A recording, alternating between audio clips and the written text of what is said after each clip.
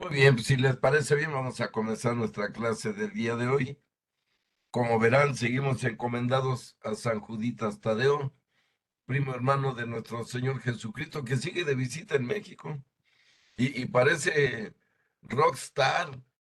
No sé si han visto las noticias, donde quiera que se va parando multitudes, como si fuera un cantante famoso. Anda ahorita por allá, por la península de Yucatán. Esperamos que pronto nos visite aquí en Jalisco, también para ir a saludar su reliquia sagrada. Muy bien, pues vamos a comenzar nuestra clase de hoy, como todas las demás, dándole muchas gracias a Dios nuestro Señor por todo lo que nos da, por todo lo que nos protege y nos guía. Y como siempre decimos, vamos a ofrecerle también nosotros lo mejor de nuestra persona, nuestros mejores hechos, nuestros mejores pensamientos. Y es justo ofrecerle también nuestro cansancio el día de hoy. Nadie puede decir aquí que no está cansado después de toda la jornada. Vamos a ofrecerle al Señor ese cansancio y toda la jornada que tuvimos para que Él nos libere y nos haga sentir ligeritos. En nombre del Padre, del Hijo, del Espíritu Santo. Amén. Padre nuestro que estás en el cielo, santificado sea tu nombre. Venga a nosotros tu reino. Hágase tu voluntad en la tierra como en el cielo. Danos hoy nuestro pan de cada día. Perdona nuestras ofensas, como también nosotros perdonamos a los que nos ofenden. No nos dejes caer en tentación y líbranos del mal. Amén. Dios te salve María, llena eres de gracia, el Señor es contigo. Bendita eres entre todas las mujeres y bendito es el fruto de tu vientre, Jesús. Santa María, Madre de Dios y Madre nuestra, ruega por nosotros los pecadores, ahora y en la hora de nuestra muerte. Amén. En nombre del Padre, del Hijo y del Espíritu Santo. Amén. Muy bien, pues vamos a estudiar, si les parece, nuestro querido y valioso catecismo de la Iglesia. Estamos por terminar el capítulo primero, que ya vamos alcanzando la mitad de nuestra misión, y hoy vamos a ver el artículo segundo, que termina el asunto de la liturgia, es decir, de la misa, su celebración, y con todo el ritual que ya vimos que debe llevarse a cabo, y con toda la espiritualidad que debemos participar en misa. Pero aquí vamos a ver cómo la iglesia se ha tenido que ir adaptando con el paso de, no digo de los años, sino de los siglos. Y la iglesia permite que se incorporen al culto todas aquellas costumbres culturales de los diferentes países católicos que no afecten ni alteren ni la liturgia, ni la misa, ni el culto. Por lo tanto, la iglesia acepta, como vamos a ver aquí, a partir del número 1200, casualmente. Numeral 1200 es el artículo 2 de este capítulo segundo, y es sobre la diversidad litúrgica y la unidad del misterio, las tradiciones litúrgicas y la catolicidad de la iglesia. Desde la primera comunidad de Jerusalén hasta la parucía, es decir, hasta el fin del mundo, las iglesias de Dios, fieles a la fe apostólica, celebran en todo lugar el mismo misterio pascual. El misterio celebrado en la liturgia es uno, pero las formas de su celebración son diversas. La riqueza insondable del misterio de Cristo es tal que ninguna tradición litúrgica puede agotar su expresión. La historia del nacimiento y del desarrollo de estos ritos testimonia una maravillosa complementariedad. Cuando las iglesias han vivido estas tradiciones litúrgicas en comunión en la fe y en los sacramentos de la fe, se han enriquecido mutuamente y crecen en la fidelidad a la tradición y a la misma comunión a toda la iglesia. Las diversas tradiciones litúrgicas nacieron por razón misma de la misión de la iglesia. Las iglesias de una misma área geográfica y cultural llegaron a celebrar el misterio de Cristo a través de expresiones particulares, culturalmente tipificadas en la tradición del depósito de la fe. Como lo dice San Pablo en su segunda carta a Timoteo, capítulo 1, versículo 14. En el simbolismo litúrgico, en la organización de la comunión fraterna, en la inteligencia teológica de los misterios y en tipos de santidad. Así, Cristo, luz y salvación de todos los pueblos, mediante la vida litúrgica de una iglesia, se manifiesta al pueblo y a la cultura a los cuales es enviada y en los que se enraiza. La iglesia es católica. Recuerden que eso quiere decir universal. Sí está formada de todas las naciones, todas las lenguas. Puede integrar en su unidad, purificándolas, todas las verdades, todas las verdaderas riquezas de todas las culturas. Y nos dice el número 1203, que viene del Concilio Vaticano. Las tradiciones litúrgicas o ritos actualmente en uso en la iglesia son el rito latino, principalmente el rito romano, pero también los ritos de algunas iglesias locales como el rito ambrosiano, el rito hispánico visigótico o los de las diversas órdenes religiosas y los ritos bizantino, alejandrino o copto, siriaco, armenio, maronita y caldeo. El Sacrosanto Concilio, fiel a la tradición, declara que la Santa Madre Iglesia concede igual derecho y honor a todos los ritos legítimamente reconocidos y quiere que en el futuro se conserven y fomenten por todos los medios. Y bien, esto es algo lógico. La iglesia, si hubiera impuesto desde el principio un solo rito, una sola estructura, en muchos países no hubiera funcionado. Y vemos cómo la iglesia se va adaptando, cómo va llegando a las sociedades y como un líquido que llega a unir y a consolidar, se va adaptando. Porque por eso es universal. Si no, sería, por decir, la iglesia romana y ya, sin católica. No, la iglesia y Dios mismo y la Virgen siempre han aceptado el culto de sus hijos. Solo vean cuántas advocaciones de María en el mundo y María las ama todas por igual.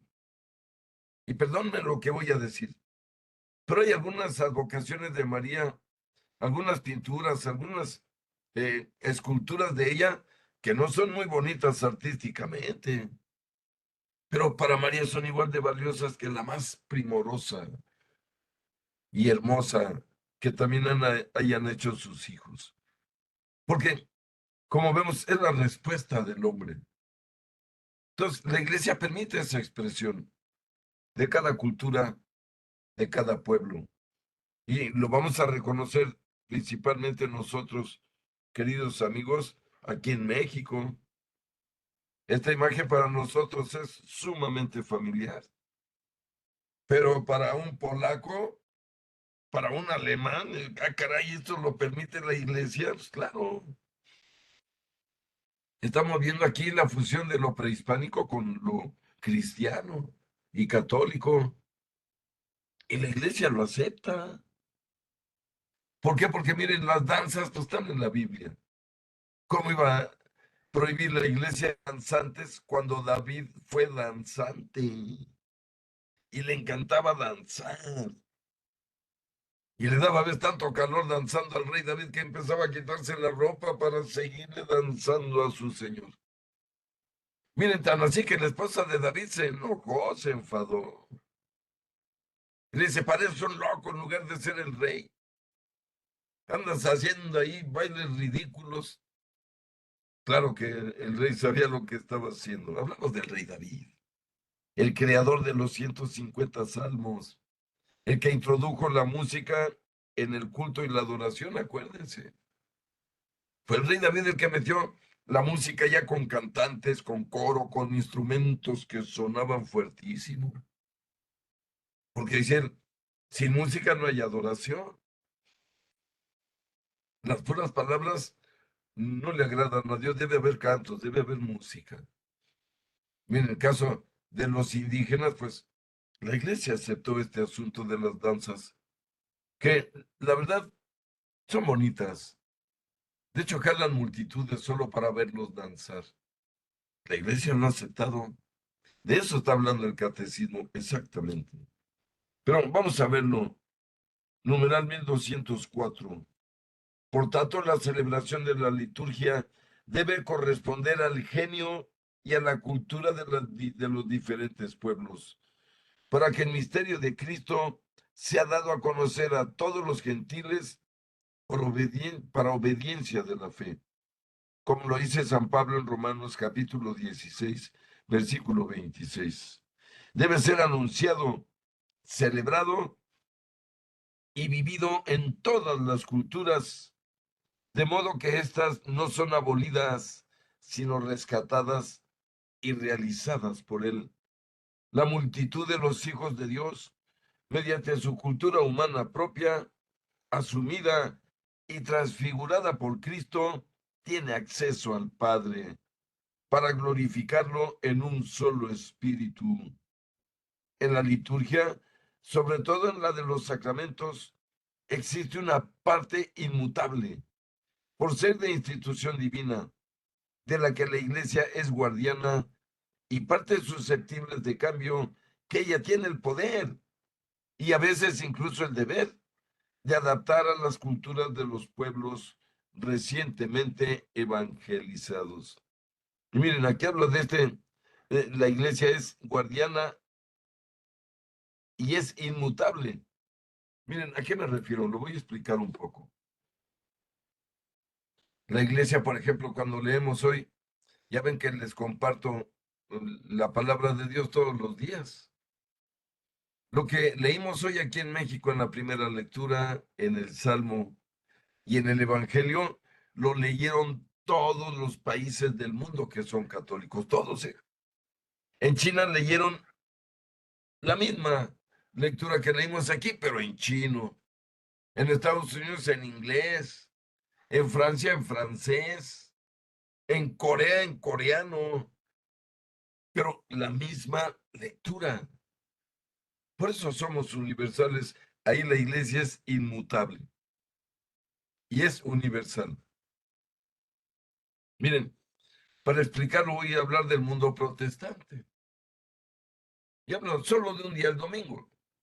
Aquí, eso que estoy hablando es todos los días, son las mismas lecturas en todo el planeta. Leemos lo mismo, escuchamos lo mismo de Dios. Pero en el mundo protestante es de verdad algo terrible. Perdónenme por usar esa palabra.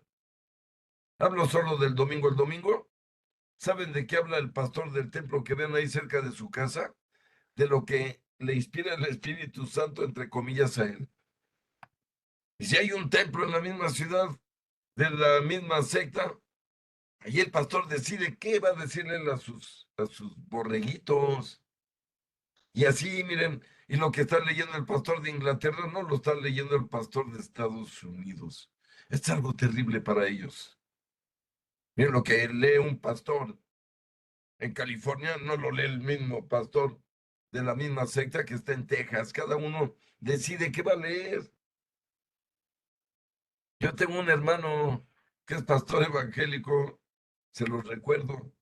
Y él como pastor, él decide qué parte de la palabra de Dios le inspira el Señor para compartir con sus borreguitos. No les digo ovejas porque no lo son.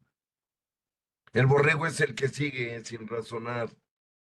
La oveja es la que sigue dando producción de leche, lana, y sigue a su pastor, no importa qué, y lo obedece. Es bien diferente. Miren cómo escuchará el Señor el culto de los protestantes, ¿verdad? como se oye en un mercado, miles de voces al mismo tiempo. No sé si han estado en el mercado San Juan de Dios en el piso, en el tercer piso, en la parte más alta, que se asoma uno en los huecos que hay y se ve una multitud de gente, un hormiguero y un rumor de miles de voces. Así se oyen ellos. No, los católicos estamos universalmente unificados, pero la manera de celebrar la misa, la iglesia nos permite a cada quien. Si jamás vamos a alterar la lectura ni la liturgia, eso nadie, en ninguna parte del mundo.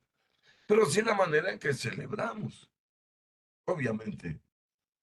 Sabemos que hay otras culturas que celebran diferente. Por ejemplo, los ortodoxos. Nada que ver, pero nada que ver con danzas ellos, ¿eh?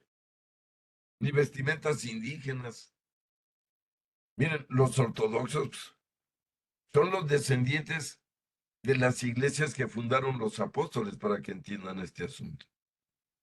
La palabra ortodoxo quiere decir en español lo original, lo auténtico. ¿Por qué? Porque miren, por ejemplo, la iglesia copta de Egipto, ¿saben quién la fundó? Pues San Juan Evangelista, ni más ni menos, el que escribió el Apocalipsis. Yo les preguntaría, ¿tienen autoridad? ¿Tienen raíz? Pues claro, ¿sí? Se separaron de la Iglesia Católica por cuestiones administrativas y el dinero y la nominación de obispos y párrocos. Pero la liturgia es la misma, ¿eh? Con ello no tenemos absolutamente ninguna diferencia doctrinal, ninguna. Que es lo contrario con los protestantes, que ellos deformaron el culto. Los ortodoxos no. Y debo decirlo con honradez, que el culto ortodoxo es más profundo que el católico. El católico ha adoptado el rito latino, como veíamos, y romano a la vida actual de la sociedad moderna. Tenemos misas de 40 minutos, una hora máximo. Miren, en el mundo ortodoxo, qué esperanzas que haya una misa de una hora. No la van a encontrar. Una misa ortodoxa dura por lo menos 2 horas y media, haciendo lo mismo que nosotros hacemos en 40 minutos, pero ellos entregan el corazón, cantan mucho más, tienen himnos, tienen momentos de reflexión, tienen la comunión, se tardan mucho más que nosotros. Es lo mismo, por ejemplo, que los estadounidenses. Si ustedes han ido a misa en los Estados Unidos, allá, por ejemplo, se arrodillan desde la Eucaristía a la hora que el sacerdote pone las manos sobre el cáliz y no se levantan hasta el Padre Nuestro. Nosotros todavía no acabamos de hacer la oración eucarística, que ya no estamos limpiando las rodillas. No, el culto ortodoxo es más sin prisa, más sin tomar en cuenta la vorágine, no importa en qué edad estemos, en qué parte de la civilización. Y esto hay que tomarlo en cuenta porque es algo real.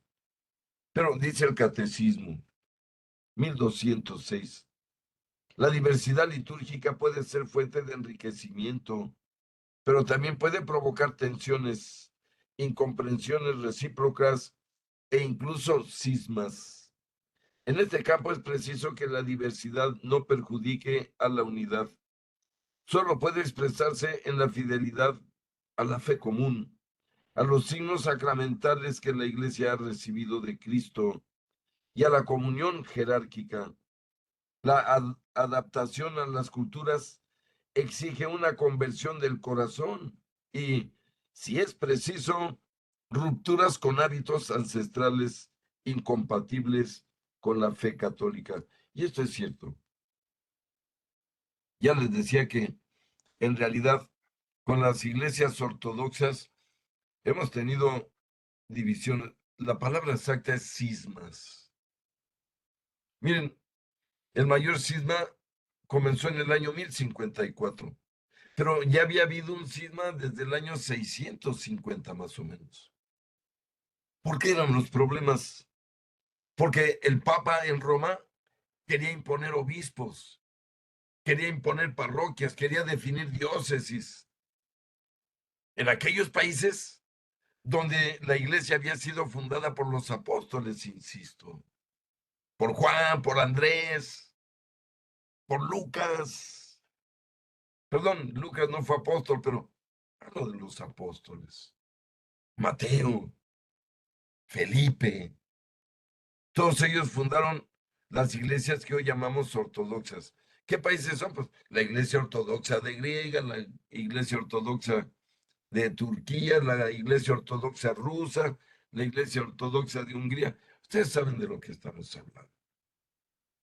Y en el año 1054 el cisma fue a peor. Ahí se originó ya una fractura, amigos. En ese tiempo, los dos líderes de ambos lados incluso se echaron excomuniones uno al otro. El Papa excomulgó al patriarca de las iglesias orientales, que se llamaba, ay, híjole, a ver si me acuerdo, Cirulario. Y entonces vemos que, eh, perdón,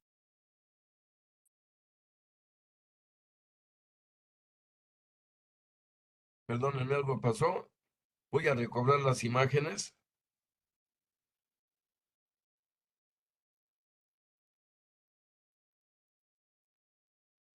Y les decía entonces, en el año 1054, en ese año ya hubo una separación total entre las dos iglesias, la iglesia de Roma y la iglesia de Oriente. ¿Y cuál era el problema, como les decía desde el principio? Pues que no se aceptaban unos a otros en la parte administrativa. Como ya les decía, los ortodoxos siempre han tenido la autenticidad de que los fundaron los discípulos de Jesús. ¿Quién puede quitarles esa autenticidad? Por lo tanto, se separaron, fíjense, desde el año 1054. Quien volvió a retomar la unidad fue nuestro amado Benedicto XVI. Él dedicó todo su pontificado para decirles a los ortodoxos, oigan, vamos a unirnos por bien de Cristo y de su testimonio ante el mundo. Debemos estar unidos como cristianos. Y miren, resulta que Bartolomeo I, quien ven en la foto, que era el líder máximo de las iglesias ortodoxas, porque allá no es solo un patriarca, ¿eh? Cada iglesia tiene un patriarca que es independiente, no depende de otro patriarca. Pero ellos hicieron un congreso y entre ellos nombraron a uno para representar este diálogo y fue Bartolomeo I, que se vio varias veces con nuestro Papa Benedicto XVI. Y miren, se acabó el cisma. A veces estas noticias no se conocen y son verdaderamente importantes en la unidad. Ya no hay división con los ortodoxos el día de hoy. De hecho, ya aceptan al Papa para que entiendan de lo que hablamos. Pero ¿cuál fue el acuerdo? El Papa tiene prohibido nombrar a un obispo o a un párroco en las iglesias ortodoxas. Mucho menos nombrar un patriarca, que es lo que pretendían hacer los primeros papas. Entonces, hemos llegado a un buen acuerdo al final de los tiempos. La iglesia ortodoxa sigue administrando sus recursos, ¿eh? No le da de sus limonas a la iglesia de Roma para que entiendan. Todo eso se aceptó. ¿Qué aceptó la iglesia ortodoxa? Reconocer al Papa como su primer hermano ante Dios. Algo que no habían hecho, fíjense ustedes, por más de 1000 años. Hemos avanzado. Pero recuerden algo que litúrgicamente y vamos a decir, en cuanto al Evangelio, no ha habido cambios entre las dos iglesias. Ya habrán entendido que la bronca fue el dinero, la administración, los cargos, quién los nombraba. Miren, Benedicto Santos soltó todos esos derechos que aparentemente tenía el Papa y dijo, no, hombre, ustedes administrense, solo reconozcan que yo soy a quien puso Jesús. Y miren, desde entonces siempre van a haber un ortodoxo en los eventos del Papa. Los reto a que se fijen. Ahora con el Papa Francisco, él profundizó esta relación con ellos. Y siempre están invitados. Ahora, lo que antes no sucedía durante siglos.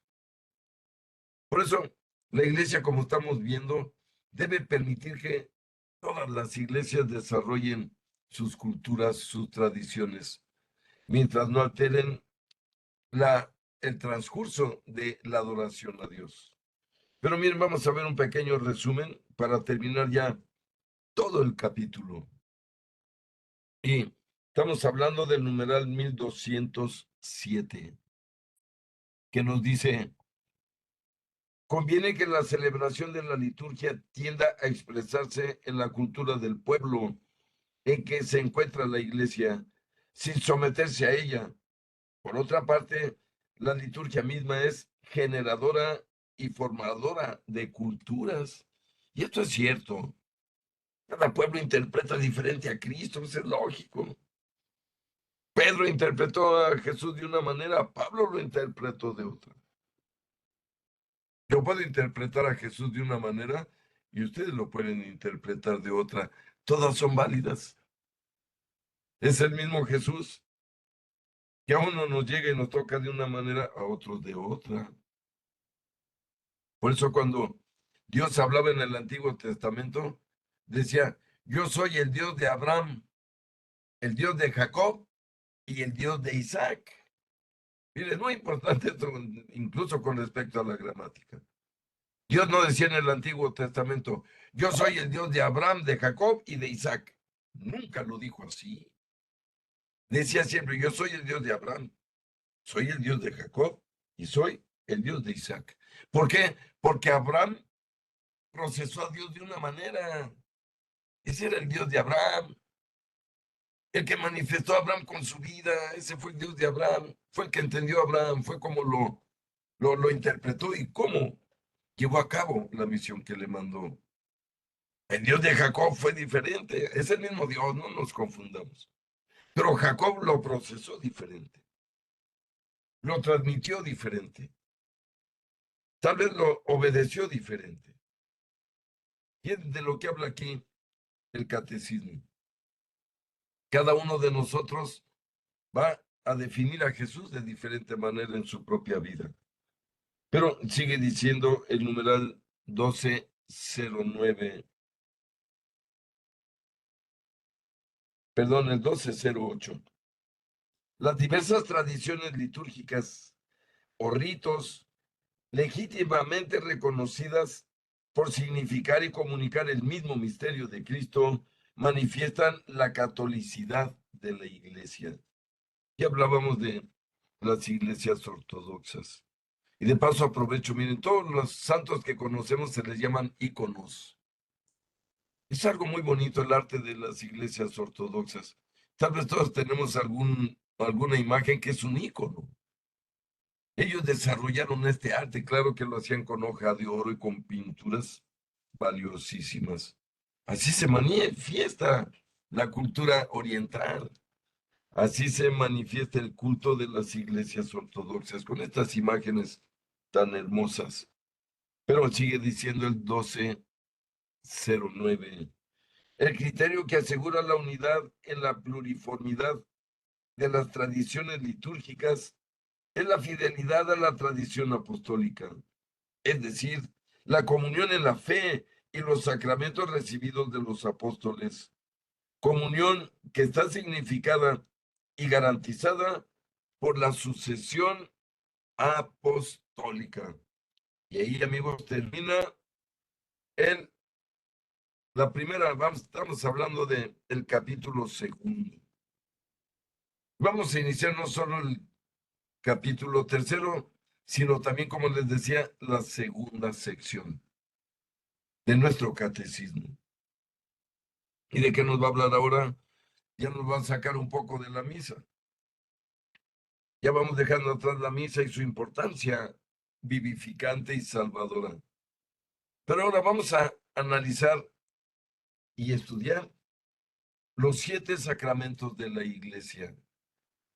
Que miren, fue el pasaporte que puso Dios para el Nuevo Testamento, la nueva alianza. En la antigua alianza tenían que circuncidarse, recuerden. Y tenían que purificarse en el templo con los sacerdotes. Y tenían que asistir al culto de los sábados y comer de los animales sacrificados y asados en el altar. Y tenían que cumplir la ley de Moisés. Y lo sabemos bien. Ese era el culto en el Antiguo Testamento, donde todavía no venía el Dios hombre, el Dios encarnado de una mujer purísima y santísima. Por eso, ¿qué debería ser un buen creyente israelita en el Antiguo Testamento? Fíjense, asistir los sábados al culto, a la adoración, y comer de la carne que habían asado en el asador, que era, recuerden que el altar del Antiguo Testamento no era más que un asador que medía, chequen, 10 metros por 10 metros por 10 metros. Era en realidad una parrilla gigante que ponían ahí por todos los animales que llevaba el pueblo por los pecados que había cometido. Al pecador que le habían pedido una vaca para purificar sus pecados, los sacerdotes del templo tenía que llevar una vaca. Al que le pedían un pichón, tenía que llevar un pichón. Era de acuerdo al pecado el tamaño del animal. Entre más grande el pecado, era más grande el animal y por lo tanto más valioso. En realidad, lo que enseñó Dios en el Antiguo Testamento es que el pecado costaba dinero, fíjense, costaba dinero. Para que el pueblo anterior a Cristo entendiera que no podía pecar así libremente, porque había consecuencias. ¿Por qué lo digo? Miren, Dios nunca pidió animales silvestres para la adoración y el culto, mucho cuidado. No van a ver que va a decir el Señor, oye, tú tráeme 2 conejos y una liebre. Y tú ve y caza un venadito y me lo... No, fíjense, decía, tráeme la vaca que tú empezaste a criar y que te ha costado engordarla, cuidarla, mantenerla, sacarla que se alimente al campo, regresarla, que pensabas venderla y sacar dinero, pues no, me la tienes que traer para que pagues los pecados. Igual con un chivo, un borrego, todo lo que pedía el Señor era de la ganadería del hombre. Estamos hablando de una cuestión económica, para entenderlo en el fondo. Hasta los pichones y las codornices que pedía Dios deberían venir de el cultivo del hombre, de su granja, porque era una cuestión económica. Miren, por eso los vendedores del templo estaban ahí, porque estaban cazando a los que iban a confesarse, que era una obligación como para nosotros igual. Y cuando salían de la confesión, ¿qué hacían los vendedores de animales? Oye, ¿qué te dieron? ¿Qué te mandaron? Y aquí tengo chivos, borregos, ¿qué tienes? Mira, buen precio. Para que entiendan lo que ocurría. ¿Y qué fue lo que hizo enfurecer a Jesús? Porque tenían los puestitos con animales, no en el atrio, sino dentro del templo, para que entiendan. Para que entiendas como si en la Basílica de Zapopan, estos abusivos, con permiso de los sacerdotes que recibían mordida, les dijeran, Mica, quita las últimas 10 bancas y ahí pongan sus puestitos de animales, para que entiendan el coraje de nuestro Señor Jesús. Entonces, miren, todo eso tenían que hacer, los sacerdotes eran todos de Leví. Jamás hubo un sacerdote en el Antiguo Testamento que fuera de la tribu de Judá o de Rubén o de Benjamín, nunca. Todos los sacerdotes del Antiguo Testamento, y no solo ellos, sacristanes, acólitos, cantores, las mujeres que limpiaban el templo y se encargaban del oficio, todos deberían ser de la tribu de Leví, de uno de los 12 hijos de Jacob.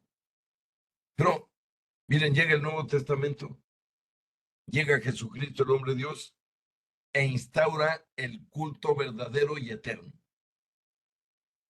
El último. Recuerden que en la Eucaristía el sacerdote cuando está consagrando la hostia dice, cuando habla de la sangre, este es el cáliz de mi sangre, sangre de la alianza nueva y eterna. Miren, no va a haber otra alianza, pues, ¿con quién tendría que hacer el Señor otra alianza? La primera alianza fue con un pueblo, el judío, que Dios mismo creó, de 2 iraquíes, Abraham y Sara, hizo venir todos los judíos hasta el día de hoy, ¿eh? Todos vienen de Abraham y Sara. Y Abraham y Sara eran de Irak. Y ahora están peleados estos dos países. Fue absurdo lo que contestó el pueblo a Dios. El pueblo de Israel le dio la espalda a Dios. Por eso Dios permitió que fueran destruidos. Pero en esta nueva alianza llegan nuevas reglas. Ya no se necesitan circuncidar los que quieran ser hijos de Dios. Ya no tienen que entregar animales para el sacrificio. Ya no tienen que obedecer la ley de Moisés. Para que lo entiendan, mucha gente se confunde. Si usted le hace una pregunta a un grupo de 100 católicos, oye, ¿estoy obligado a obedecer la ley de Moisés? La mayoría va a decir que sí, hágalo. Y la verdad es de que no. A nosotros en el Nuevo Testamento ya no nos obligan ni nos manda la ley de Moisés. Era para la antigua alianza. Cuando se circuncidaban, mataban animales. Ese era un pueblo primario, básico, que no evolucionó. Por eso tuvo que venir Cristo a acelerar la evolución de esta civilización creada por él mismo. Y entonces, miren, ¿qué vino a hacer Cristo? Abrir la esperanza a todos los países. Ahora hay sacerdotes no solo de Leví, hay sacerdotes de todas las nacionalidades. Todo esto lo anunció Isaías. Y ahora las reglas para pertenecer a la iglesia de Dios y ser hijos de Dios se volvió diferente. Miren, en lugar de circuncidarnos, tenemos que ser bautizados. Y luego tenemos que ser confirmados cuando ya hay uso de razón. Así lo voy a explicar. Y luego, en la edad en que ya sabemos lo que es bueno y lo que es malo, debemos empezar a comer el cuerpo de Cristo. Pero a partir de ese momento tenemos que estarnos confesando para quitarnos las manchas, el lodo, que nos vamos embarrando con el pecado. Pero tenemos también otros sacramentos como el matrimonio, que solo en la iglesia es sacramento, amigos. Tenemos el orden sacerdotal y la unción de los enfermos. Son los 7 sacramentos para ser católico, de la nada, de no ser creyente, para ser hijo de Dios y formar parte de su pueblo, que es lo que quiere decir, perdón, la palabra iglesia. Debo tener estos sacramentos. Claro, el del orden sacerdotal es solo para el que elige sacrificar su vida y no tener esposa ni tener hijos y sacrificar su vida para los demás, sirviendo en la iglesia como un hombre sagrado. ¿Qué es lo que quiere decir la palabra sacerdote? Por si no sabía. Es una palabra del sánscrito y quiere decir hombre sagrado. Y esos son nuestros sacerdotes en realidad. Son hombres sagrados, son corderos porque han sacrificado su vida. Miren brevemente, creo que todos los que estamos aquí pues, somos casados, tenemos pareja, tenemos hijos, pero estarán de acuerdo que es lo que más amamos, nuestra esposa, nuestros hijos, nuestra familia. Pero un sacerdote renunció a todo eso. Yo se los confieso, yo no sé qué haría si no tuviera a mis hijas, a mi esposa. No estaría aquí hablándoles tan campantemente y tan feliz con el Señor. Pero ellos, miren, deciden renunciar a todo eso. Recuerde que el sacerdote cuando se ordena ya no obedece a sus papás. Hay que recordar eso. Ya obedece a su obispo. Aunque su mamá le diga, no te dejo ir a tal parte, no, hombre. El obispo le dice, te vas a tal parte y no debe chistar. Pierde su libertad, pierde su autonomía, pierde su independencia el sacerdote. A donde lo mande el obispo tiene que ir obedientemente. Pues esos son los que eligen eso. Pero miren, la unción de los enfermos es un sacramento gigantesco que puede salvar el alma en el último momento. Miren, nada menos el domingo, ayer mismo, no, el sábado en la noche, como a las 8 de la noche, hubo un accidente espantoso aquí donde yo vivo, tomando la carretera Colotlán. Una camioneta atropelló dos personas que iban en una moto también indebidamente. Sí, y la mujer que iba en la moto falleció de inmediato y su compañero quedó gravísimo. Pero en ese momento iba pasando el padre Emanuel de nuestra comunidad, aquí de la parroquia de Nuestra Señora de Guadalupe, y se paró y le dio los santos óleos a esta mujer y le hizo oración. Y miren, por si no saben, los pecados de esta mujer quedaron perdonados. La mandó al cielo. Por eso hablamos de que son sacramentos. La palabra sacramento y la palabra misterio son lo mismo, para que entiendan de lo que hablamos. ¿Qué es un sacramento? Un misterio, que no vamos a entender cabalmente aquí. ¿Cómo que porque me ponen agüita y aceitito en el pecho me vuelvo hijo de Dios y antes no lo era? Que me lo expliquen de otra manera. Alguien me dijo, pues, ¿qué tiene esa agüita y qué tiene ese aceitito, no? Yo me veo seguir siendo el mismo cuerpo. Miren, la confirmación es un misterio, porque es cuando el hombre, el ser humano ya con su raciocinio, le dice a Dios, sí, Señor. Sí, acuérdense que a los que se confirman le dicen, renuncias a Satanás, sí, renuncio. Renuncias a su... Sí, ahí es el ser humano ya consciente, es una conversión. La Eucaristía. Yo lo reto a cualquiera de ustedes que me explique la Eucaristía racionalmente. No la vamos a poder explicar aquí nunca racionalmente. Es un misterio tremendo. Es decir, es un sacramento. La confesión, otro gran sacramento. Fíjense, Dios me perdona los pecados y ahora ya no tengo que llevar una vaca, ya no tengo que llevar un borrego. ¿Sí saben por qué? Porque Jesucristo lo dijo en la última cena. Yo voy a poner ya el costo de todos sus pecados. O sea, en la cruz y en el Via Crucis y en el derramamiento de su sangre, ya Jesús pagó por todos los pecados de toda la humanidad en la nueva alianza. Ya no hay que matar animales afuera. ¿Qué nos pide Jesús ahora que Él pone la comida? Miren, ¿qué iban a hacer todos los creyentes en el templo del Antiguo Testamento? Comer de la carne asada. Era una obligación. Entonces ahora Jesús dijo, miren, en lugar de poner carne de borregos, de vacas, de chivos, de codornices, voy a poner mi propia carne, dijo Jesús. Fíjense. Y cuando se los explicó a los suyos, dice que muchos que andaban con él desde el principio se fueron, ya no lo siguieron. Como que pensaron, este está loco, ¿cómo que nos lo vamos a comer? Que nos vamos a comer su carne y beber su sangre. La verdad sí suena bastante extraño. Le podríamos llamar antropofagia, como comer carne humana y beber sangre humana. Pero es un misterio, volvemos a lo mismo, es sacramento y es verdadero, ¿eh? Cuando yo como la hostia, en realidad estoy comiendo la carne de nuestro Señor y su sangre, porque lo hace a través de la bendición del sacerdote en la oración eucarística. Lo explicaba San Ambrosio cuando decía, ¿a poco para Dios va a ser difícil una cosa que ya creó, transformarla en otra por su oración, que crear algo de la nada? Miren, obviamente es más difícil para Dios, si habláramos de eso, crear de la nada algo para que exista, que cambiar otra materia por su oración y su poder en otra materia diferente. Para Dios es tan fácil.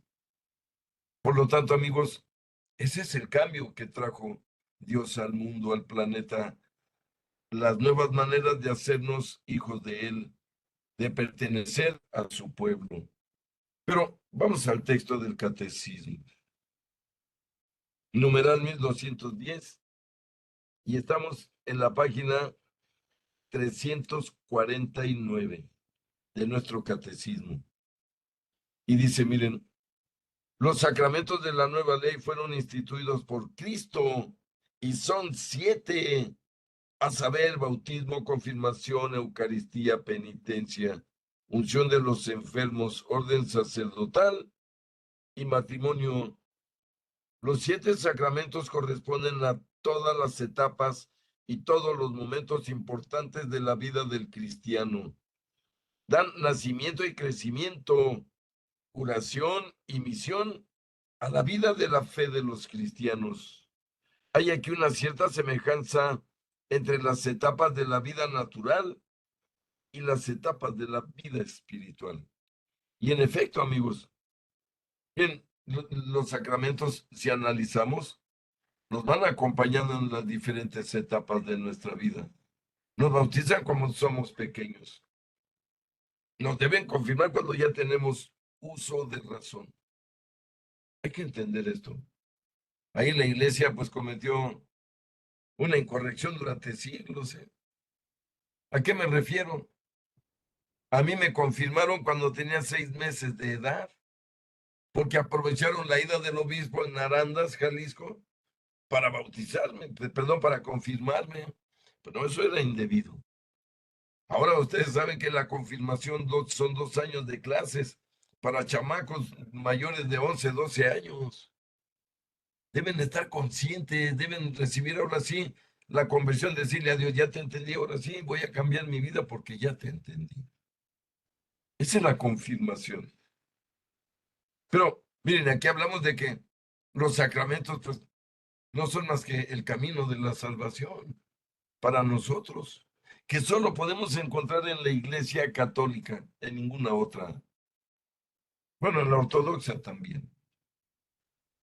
Recuerden, y a pesar de cuando había cisma, yo podía y puedo ir a una misa ortodoxa en Grecia o donde ande de visita, o aquí en México donde hay misas ortodoxas, y la misa me vale, como digo, así se dice, ¿verdad?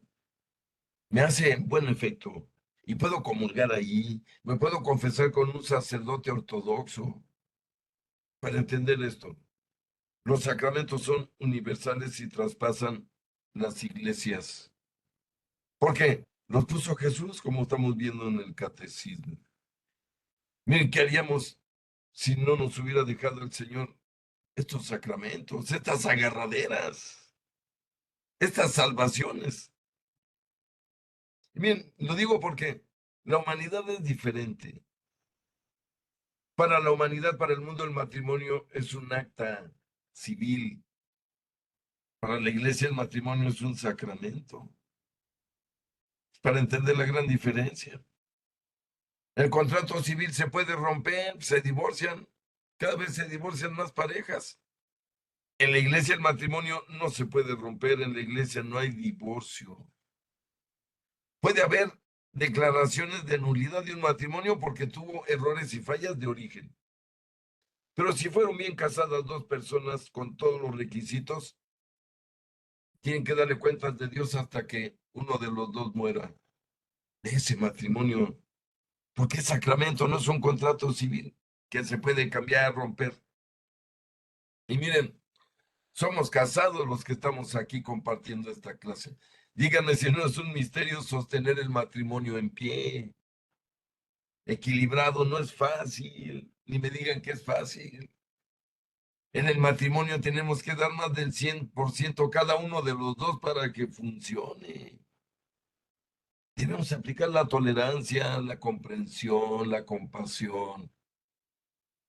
Bien, por eso no es fácil hacer un buen matrimonio en este mundo. Es un reto grandísimo para el alma. Es un sacramento, es decir, un misterio. Lo es. No puede ser de otra manera. Pero continuamos en el numeral 12:11. Siguiendo esta analogía, se explicarán en primer lugar los 3 sacramentos de la iniciación cristiana, que son, perdón, que vienen en el capítulo primero, luego los sacramentos de la curación, los vamos a ver, ¿eh? O sea, estos 7 sacramentos se dividen en sacramentos de iniciación, sacramentos de curación, ¿sí?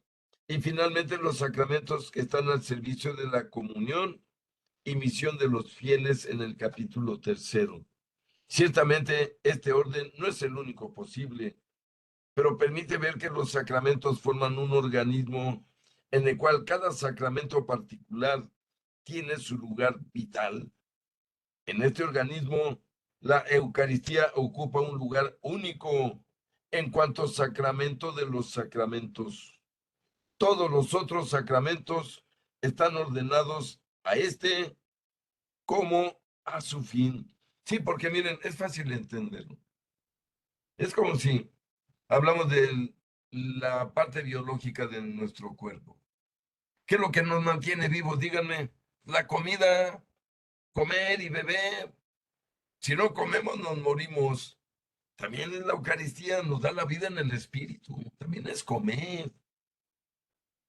Y comer, fíjense, ya no carne de vaca, ya no carne de borrego, bendecidos y en el altar, sino ahora la carne del Hijo único de Dios. Bien, creo que se entiende fácil si comparamos. Yo les pregunto, ¿qué carne podemos comparar con la carne del Hijo de Dios en el altar? No vamos a encontrar en toda la creación una carne, ni de chivos, ni de borregos, ni de vacas, por santificadas que estén, que se pueda comparar con la carne del Hijo único de Dios. Por eso, como dice aquí, la Eucaristía es el sacramento de sacramentos. Y como dijo San Pedro, Señor, ¿a dónde iremos? Solo tú tienes palabras de salvación. No te entendí, pero yo voy a comulgar. Bien, por eso es tan importante comulgar, porque es comida que baja del cielo, debemos creerlo. Cuando comulgamos estamos comiendo comida que baja del cielo y el templo está lleno de querubines, serafines, ángeles, arcángeles, santos. Es un gran sacramento. Hay que insistir en esto. No son cosas sencillas los sacramentos. Vuelvo a la palabra, son misterios, a veces insondables para mucha gente. Pero miren, vamos al capítulo 1, que nos va a hablar precisamente de lo que acababa yo de leer, y estamos hablando de los sacramentos de iniciación. Es decir, de los sacramentos que nos van a servir simplemente para entrar a la iglesia. Y luego confirmar desde mi razón y desde mi libre albedrío que sí quiero participar en la iglesia, que sí quiero permanecer en la iglesia. Y luego la Eucaristía, que me va a dar el alimento para permanecer en la iglesia bien alimentado espiritualmente, mientras viva, mientras el Señor decida que yo pueda estar aquí en este planeta, antes de llevarme a su casa. Bueno, sí merezco ir a su casa. Pero vamos con esta primera sección, que son los sacramentos de iniciación cristiana. Numeral 1212. Mediante los sacramentos de la iniciación cristiana, que son el bautismo, la confirmación y la Eucaristía, se ponen los fundamentos de toda vida cristiana. La participación en la naturaleza divina, que los hombres reciben como don mediante la gracia de Cristo, tiene cierta analogía con el origen, el crecimiento y el sustento de la vida natural y humana. En efecto, los fieles renacidos en el bautismo se fortalecen con el sacramento de la confirmación y, finalmente, son alimentados en la Eucaristía con el manjar de la vida eterna. Y, así, por medio de estos sacramentos de la iniciación cristiana, reciben cada vez con más abundancia los tesoros de la vida divina y avanzan hacia la perfección de la caridad. Y efectivamente, estos tres son los fundamentales. Y recuerden que así aquí hablaba de la vida humana y es cierto. Miren, la vida humana, ¿qué ocupa el lugar del bautismo? Pues mi acta de nacimiento. ¿De acuerdo? ¿Qué ocupa mi confirmación? Pues mi entrada a la escuela y saber leer y escribir y ya presentar exámenes. ¿Y qué representa la Eucaristía? Mi alimentación diaria desde niño, mis 3 comidas al día. Y miren, si no tengo acta de nacimiento, no puedo inscribir al niño en la escuela. Y si el niño no tiene ya la primaria, no puede entrar a la secundaria. Es una analogía, por eso habla el catecismo, es que es algo muy parecido. Aquí igual, si no tengo el bautismo, no me pueden confirmar. Si no tengo el bautismo y la confirmación, no puedo comer la carne y la sangre de Cristo. Son etapas muy parecidas, porque en realidad somos seres humanos. No somos ni animales, ni somos cosas, ni plantas. Pero vamos al primero de todos, queridos amigos, que es ni más ni menos que el bautismo. ¿Qué es este artículo primero? Y dice el numeral 12:13. El santo bautismo es el fundamento de toda la vida cristiana, el pórtico de la vida en el espíritu, vita spiritualis y anua, y la puerta que abre el acceso a los otros sacramentos, como ya decíamos. Por el bautismo somos liberados del pecado y regenerados como hijos de Dios, y llegamos a ser miembros de Cristo, y somos incorporados a la iglesia y hechos partícipes de su misión. Dice aquí, el bautismo es el sacramento del nuevo nacimiento por el agua y la palabra, de acuerdo al catecismo romano antiguo. Y esto es real, miren, es una realidad. ¿Por qué? Porque por el bautismo somos cambiados de criaturas a hijos de Dios. Y además, fíjense algo muy importante, somos anotados en el libro de la vida, que está en el cielo. Y dicen los profetas que solo los que están anotados en el libro de la vida pueden tener acceso a la casa del Padre. Por eso, el bautismo pues, es el sacramento más importante. No hablo del más profundo, ese es la Eucaristía. Pero el más importante para salvarme, pues sí, entrar. Si no entro, pues ¿cómo me puedo salvar? Miren, Jesús mismo se dejó bautizar, siendo Dios, siendo el creador de todo lo que vemos y de lo que no vemos. Miren, hay que comprender algo también. En el Antiguo Testamento era ni más ni menos que sangre, era la circuncisión. Pero en el Nuevo Testamento ahora es el agua. Vamos a verlo, miren. Es el numeral 12:14. Y dice aquí, este sacramento del bautismo recibe el nombre de bautismo en razón del carácter del rito central mediante el que se celebra. Bautizar significa sumergir, fíjense, es el significado de la palabra bautismo. Quiere decir sumergir. ¿Por qué? Porque habla de que se sumerge una persona en el agua y debe salir otra persona cuando sale del agua. Ese es el significado. Aquí por eso los protestantes usan albercas, según ellos se debe sumergir toda la persona. No, este es un misterio espiritual. Lo que debe haber es agua para que ocurra esto. Sin agua no hay bautismo, eso sí. Y miren, de que no debe haber alberca, está más que claro en la Biblia.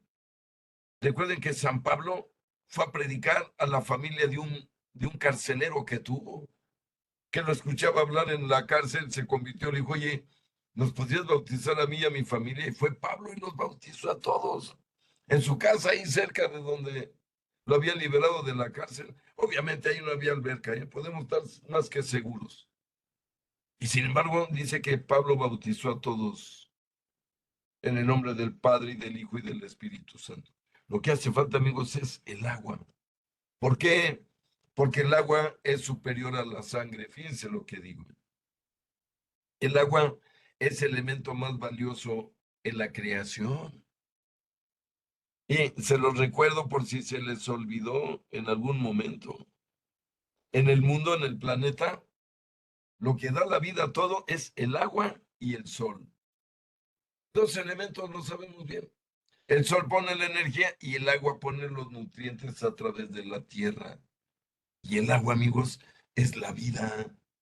Como seres humanos biológicos, somos por lo menos 80% agua. No sé si sabían. En realidad, nuestro peso corporal es el agua.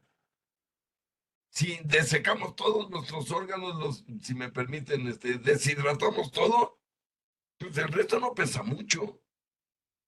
Igual deshidraten medio kilo de bistec y pese lo que queda yo con la carne bien deshidratada y bien doradita, por cierto, deliciosa. Si les queda un 15%, dense por suertudos. Somos agua.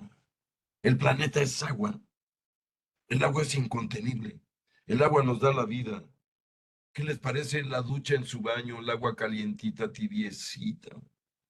Cuando la disfruten, es una caricia de Dios. A través de su elemento más importante, de su criatura más importante en la creación, que es el agua.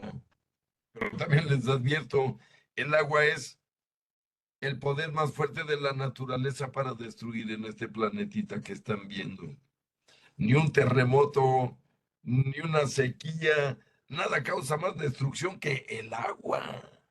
El agua, vean los huracanes, vean los tsunamis, como el que ocurrió en Japón. Y a Dios nos permitió ver la fuerza del agua, incontenible. Nadie puede parar el agua. Vean lo que le pasa a quien construye en los cauces del agua, ¿eh? Llega un momento dado el agua y arrasa con todo. El agua es poderosa, es vital. Hasta dentro de nuestro cuerpo. Les doy un reto, amigos, ya para terminar nuestra clase. Traten de impedir que salga el agua de su cuerpo, a ver si lo logran. Si lo logran, me avisan y patentamos cómo lo hicieron. El agua es incontenible. Cuando nos dice nuestro cuerpo que quiere salir, más vale que le hagamos caso. Así es el agua. Nos limpia, nos sana, pero también nos puede matar. Y con eso, amigos, vamos a terminar por el día de hoy. Ya continuaremos con este precioso tema en nuestra siguiente clase. Por hoy, si les parece bien, vamos a darle muchas gracias a nuestro Dios y Creador, como debe ser y como siempre. Gracias, Señor, por habernos creado, por seguirnos alimentando y aparte educándonos, formándonos. Qué gran Dios eres, Señor. Te ofrecemos también nosotros lo mejor que podemos ofrecerte, como decía San Francisco de Asís. La vida es un regalo de tu parte. Lo mínimo que puedo hacer con ese regalo, eso es hacer un regalo con mi vida para ti. Tratemos de hacerlo, no es fácil, ¿eh? Pero vamos a encomendarnos a Él, en nombre del Padre, del Hijo, del Espíritu Santo. Amén. Padre nuestro que estás en el cielo, santificado sea tu nombre. Venga a nosotros tu reino. Hágase tu voluntad en la tierra como en el cielo. Danos hoy nuestro pan de cada día. Perdona nuestras ofensas, como también nosotros perdonamos a los que nos ofenden. No nos dejes caer en tentación y líbranos del mal. Amén. Dios te salve María, llena eres de gracia, el Señor es contigo. Bendita eres entre todas las mujeres y bendito es el fruto de tu vientre, Jesús. Santa María, Madre de Dios y Madre nuestra, ruega por nosotros los pecadores, ahora y en la hora de nuestra muerte. Amén. Dulce Madre, no te alejes, tu vista de nosotros no apartes. Ven con nosotros a todas partes y solos nunca nos dejes. Ya que nos proteges tanto como verdadera Madre, haz que nos bendiga el Padre, el Hijo y el Espíritu Santo. Amén. Y pues antes de irnos, vamos a despedirnos y encomendarnos a nuestro querido San Judas Tadeo, que sigue de visita aquí en México.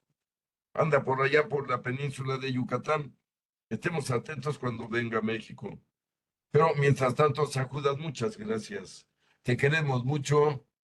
Ruega por nosotros en el cielo y por México. Gracias, San Judas Tadeo. Te queremos mucho. Pues muchas gracias a todos por atender esta clase y todas las demás. Los quiero mucho y los espero la próxima. Hasta entonces, muchas gracias a todos. Buenas noches, Gracias, muchas gracias. maestro. Saludos a sus Gracias. familias, un abrazo. Gracias, buenas noches Gracias, a todos. maestro Jaime. Buenas noches. Buenas noches, maestro Jaime, un abrazo. Bendiciones, un abrazo, Memo. Gracias.